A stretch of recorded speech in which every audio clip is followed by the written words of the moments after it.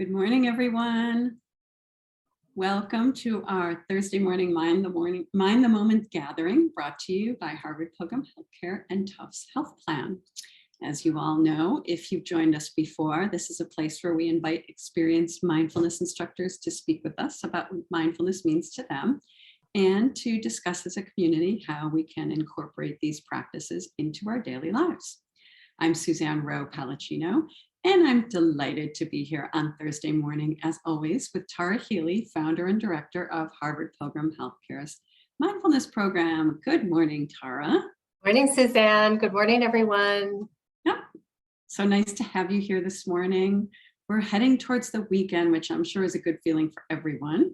I am really excited to be here and talking about our subject this morning that Tara will bring up with us this morning. But she'll start us off with a question for the group, as she always does, and then lead us in a guided practice. And after that, we'll have time for questions. So just go to the bottom of your screen, open up the chat, and click on the blue drop-down menu that says everyone. And you can see comments coming in as they are shared. So also, what I've mentioned before for folks that are just joining us and are new, on the 12th of May, we kick off a 4-week meditation challenge running from the 16th of May to the 10th of June. And it's based on Dr. Amishi Jha's research on her book, Peak Mind, which her research suggests that 12 minutes a day, 5 days a week for 4 weeks, is enough meditation practice to show measurable changes in the brain. And that's all good news for us as we've been practicing together. But if you're new, this regular practice is so important. And the best way to support that is to continue practicing meditation regularly. So that 12 minutes, 5 days a week for 4 weeks, where we will be supporting through a program here that will be launched at noontime each day in May. So we'll tell you more about that as the time comes closer. And so with that, Tara, what is the question for today? Yeah, so before I get to that, I just want to underscore what Suzanne said about Amishi. We're so excited to have this partnership with her, but also that, many of the neuroscientists are studying what's the shortest amount of time that can produce benefit. Back, many years ago, it was thought that you had to practice for 45 minutes. And, I always thought that just was unrealistic, but 12 minutes a day, 5 days a week for 4 weeks showed some change. And that's pretty exciting. And I always say, if you don't have 12 minutes, it's okay. It all matters. It's like drops in a bucket, and it all, continues to fill, and it matters. And what's most important is consistency. So even over time, the regularity of practice. Okay. So my question is, I was thinking just that we're kind of, coming off a challenging year and getting ready for some warmth and some sunshine. So my question is, how do you spend downtime? What nourishes you? What is something that maybe as the weather's getting nicer, you're looking forward to doing? It could be something really simple, but what does downtime look like for you? What's something that nourishes you, that really is something you do that just helps sustain you? So go ahead and start populating. Suzanne, I'll ask you first. I'll share a little bit, but I can see folks they are already including. So yeah, how about for you? I just love being near the water. I mean, the ocean is something that is really nourishing for me. So I love to go to the beach, but just in general, I love being near the water. If I can hike near a river or a lake. Yeah. Yeah. So that's always been just the sound of water and the movement of water. Yeah. Yeah, interesting. It's almost like a primal kind of need, I think, in some ways, that there's something incredibly beneficial about nature in general. And there's more and more research going into this. So for me, you know what, this is really simple, but I'm just looking forward to it being warm enough where I could just put a chair in the yard and have an umbrella over my head and a good book. And like that to me is just really, really nourishing. But I want to see what's coming in. Yeah. Fun with friends and laughing. And being, outdoor and with family. Yeah. Beach, gardening, bike. Yeah. Girl time at the beach. Love it. Yeah. Walking, yoga, gardening, just being outside. Yeah. Anything outdoors. Yeah. Like, so there's an organization that I just learned about because a Harvard Pilgrim posted something on Facebook, and it's called the Nature Connection. And it's about the therapeutic use of nature. It's a really cool, organization. It's probably worth a quick Google just to check them out. But I hadn't known about them, but and a lot of people are talking about also being with others. And we also know right now the health benefits of feeling connected to other people is pretty significant. So sitting around the fire pit. Outside a fire pit. Yeah. Yeah. I know my sister bought me one of those, like a fire pit for my birthday. So I'm excited to use that. It's called a solo stove. Yeah. All right. Nice. Well, I'm so happy you're all here this morning, and let's go ahead and begin practice. And just see what posture you think is going to be best for you this morning, either standing or seated. Of course, lying down is always an option, but if you're sleepy, that's probably not a good one to try. So, just take a moment to settle in to the posture that feels like it's going to best serve you. Eyes open or closed, whichever feels best for you. Start by taking a couple deep breaths on your own and make the exhalation a bit longer than the inhalation so we can help settle any surface tension and engage the parasympathetic nervous system.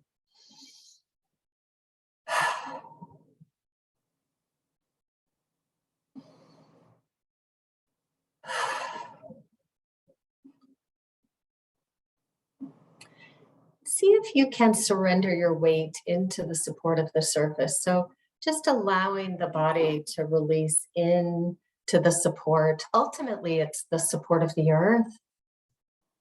Knowing that you will be held. And let's take a moment to open awareness to include sound. So sound that might be in the room or perhaps outside of the room, but just receive the sound hearing.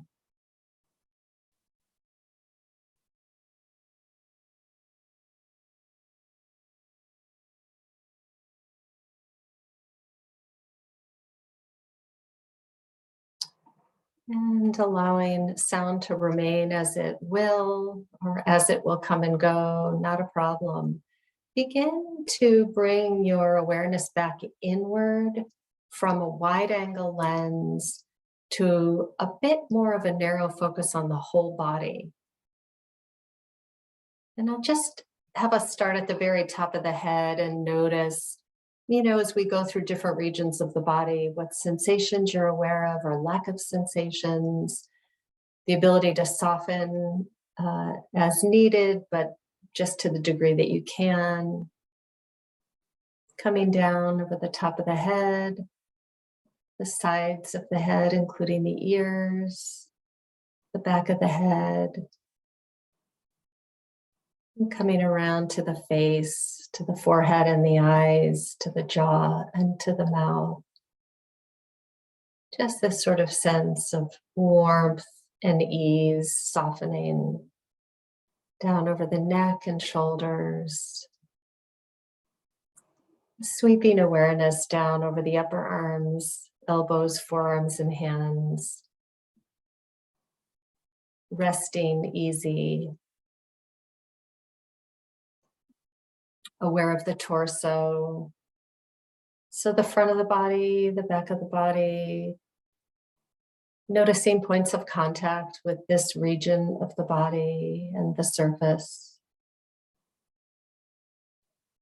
Bringing kind and warm attention and softening to the degree that you can. And coming down now over the hips and thighs, again noticing points of contact. And any other sensations making itself known to you. Could be warmth or tingling or subtle pressure, and soften to the degree that you can. So knees, lower legs,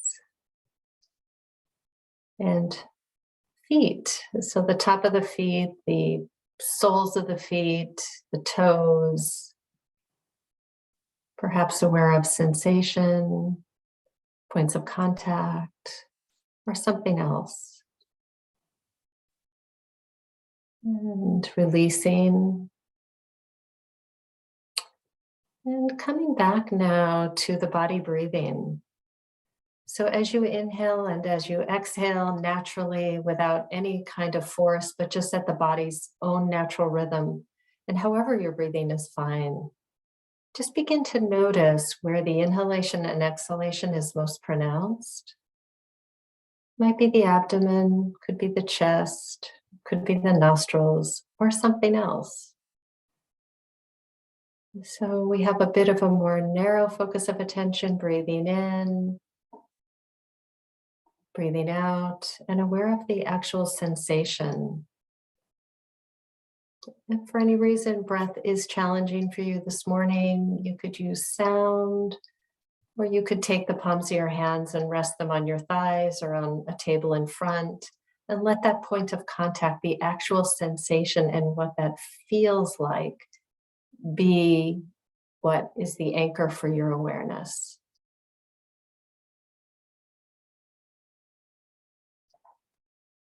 So as you settle in and find an anchor that works for you, I'll be silent for the next few minutes. Just keep coming back over and over again. The mind will wander, not a problem. Soft mental note, thinking. As soon as you notice that the mind has gone off, you're mindful. You're doing it, that's right. And just return.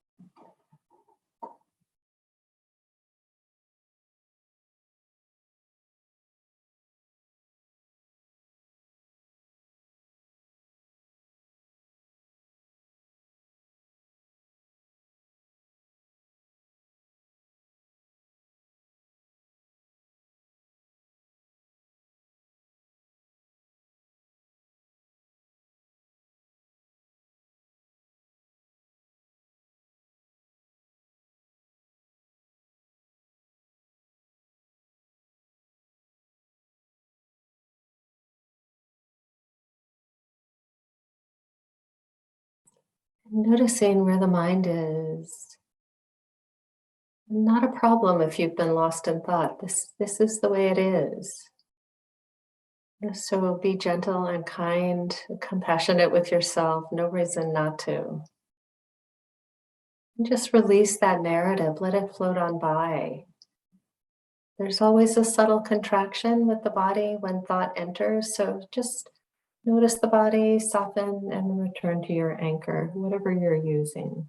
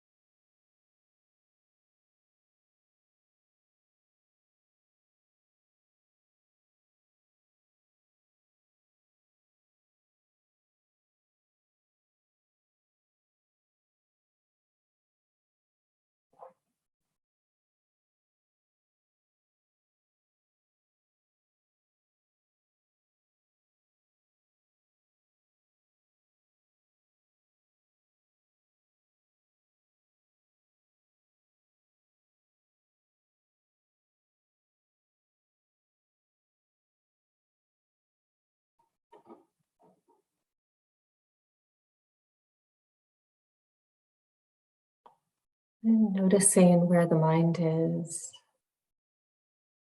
releasing the storyline, the memory, the planning, softening the body, and gently returning to your anchor.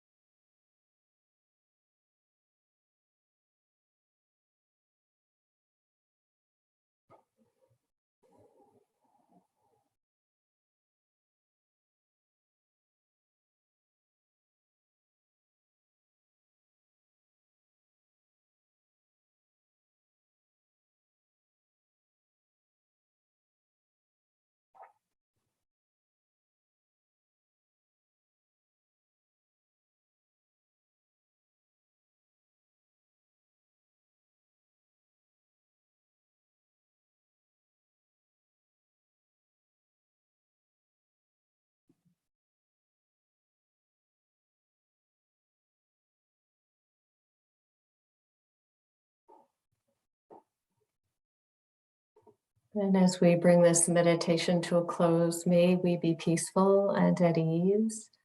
May our heart be soft and open. May we be safe and protected, and our body healthy and strong.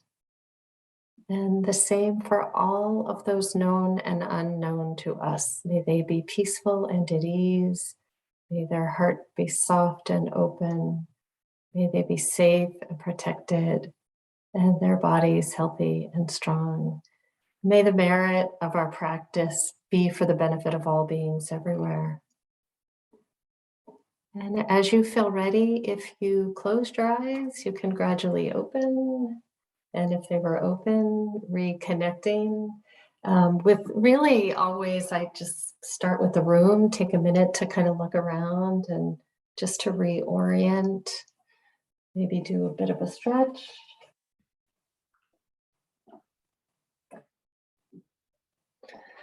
Thank you, Tara. Yeah, so in the spirit of Amishi coming, that was almost exactly 12 minutes. It might have been like a tad over. And that was, you could think of that because it was more of a concentration practice as what she terms the flashlight practice, where you're really honing in, you're aiming and sustaining on, in this case, breath sensation or sound, as opposed to a more open, spacious, what she calls river of thought meditation. But she'll get to those. But just as an FYI, since she'll actually be joining this on May 12th, Thursday, May 12th, Amishi and Suzanne and I will be the three people hosting, but Amishi will be kind of leading. I think she's asked if I lead the practice, but she'll lead the opening discussion. Yeah. So any thoughts about practice, how it went for you this morning, or Suzanne, anything you want to say? You know, it's interesting how, I don't know if folks felt this, but I was glad that you did the almost exactly 12 minutes, because sometimes that may seem like a lot of time, especially for people that are new to meditation. Right. 12 minutes might seem like a lot of time. Yes. So like Tara mentioned, it's like drops in a bucket. If you find that you have 5 minutes, 5 minutes is great. Yes. And as you kind of build up, you'll come to realize that 12 minutes really isn't that much time. And even doing that right before bed can be something that can really help to settle you. It's true. And I think along those lines, Suzanne, too, what I would add is I think, especially if you're new, for anyone who's newer to practice, what can make it seem like a long time is that you're with your mind without any distraction, and it can be really uncomfortable. So it can feel long, like, the mind, it's just so busy. And when we remove all of the typical distractions and we sit in this particular way as we do here, it's sort of like the busyness comes into stark relief and you see it more clearly. And it's often not all that comfortable. So we're learning to gain some kind of equanimity and comfort with just the busyness of the mind, that it doesn't have to actually be a problem. It's just the mind is doing what it's doing. And as we sit, we don't have to try to make the mind settle. It will settle on its own through this practice. The other benefit, as Suzanne said, to like 5 minutes, I think is just you're starting to get some comfort with the discomfort of sitting for longer periods. So in addition to, as Suzanne said, that it matters, it's drops in a bucket, it also gives you practice just generally for being with yourself in this particular way. So I even tell people to start with 3 minutes a day, maybe do 5 minutes a day. Not that that's producing structural change in the brain, but that's helping you gain comfort with this practice that is simple but not easy. Yeah. Yeah. That discomfort, I know when I first started meditating, I love the way Tara also used the body scan, because that was a good part of the time that I would spend meditating would be that body scan, because it's just, it helps me to get out of that busy mind, just focusing on those parts of your body. And also just, I don't know if are there, I'm actually kind of curious if people are there any particular types of guidance that really are helpful to, that would be great to hear. And also, what the 12 minutes felt like. Did it feel long? Did it feel short? I also I probably use a little less talking during 12 minutes than, so you had, chunks of silence. So anything about how the 12-minute, did it feel short? Did it feel long? And then the spaces in between. A fast 12 minutes. Okay. Yeah. And when you're sitting, with others, even though we can't see each other, we know you're all here with us. It really makes a difference actually to sit with a group of other people. Like, that's why I like Insight Timer too, is that, you can see who's practicing around the world at the same time that you're practicing. Yeah, movement meditation is great. If focus is hard, or, I think if anxiety is high, movement practices are a great go-to. And then, you're bringing that sense of awareness to the physical sensations as you move.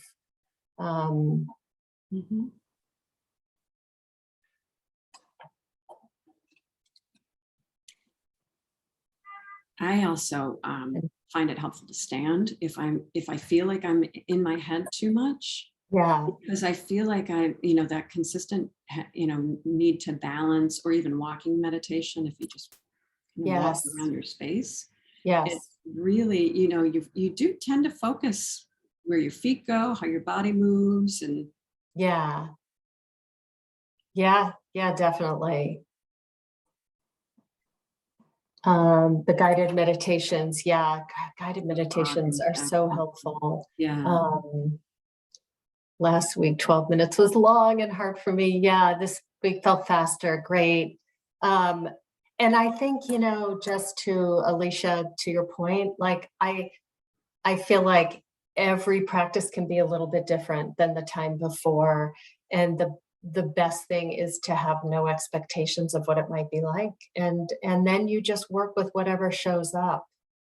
And that feelings, difficult emotions are so, this practice is so great because you want to see where the difficult emotions are landing in the body. And the idea is you want to actually bring awareness to the body and to fully feel it and be like a scientist and the subject. What does it feel like when difficult emotions have arisen? So rather than trying to push away or distract in any way, it sounds kind of counterintuitive, but this practice is about, let me up my curiosity and let me feel what this grief or sadness or anger or whatever feels like. This is an allowance, an invitation almost. And that with practice, we get better and better with it. Yeah, body awareness, yes. It's really a nice way to start, just to sort of, wow, we're at 9. I've just seen Suzanne. Yeah. Okay. Well, thank you for everyone. And we'll continue to support one another as we go through these, head towards May. And I think you'll really find the teachers and the opportunity to have these, we'll offer recordings every day for folks to listen to at any point during the day. That will help and be supportive of your practice. So yeah, thank you so much, everybody. Thanks for engaging with us, for your input, and thank you just for showing up and doing this practice, because this is just it's not easy, and to know that we are doing this as a community is really incredibly beneficial. Yeah, and someone's mentioned, Grant, about that your mind drifting is the fact that you're being mindful, and that bringing the mind back is really what, if our thoughts didn't take us away, we're not so much training our brain to come back. Right. So that's part of it. It actually, really. Yeah, it is. I think there's been a misunderstanding that we're supposed to have like a mind without thought and be all like Zen-like and peaceful. And that's just completely false and wrong. And every time you notice you've drifted, there you go. That's a moment of mindfulness. You are awake, you are aware, and you know it. It's that, meta awareness. Yeah. Well, thank you to you, Tara.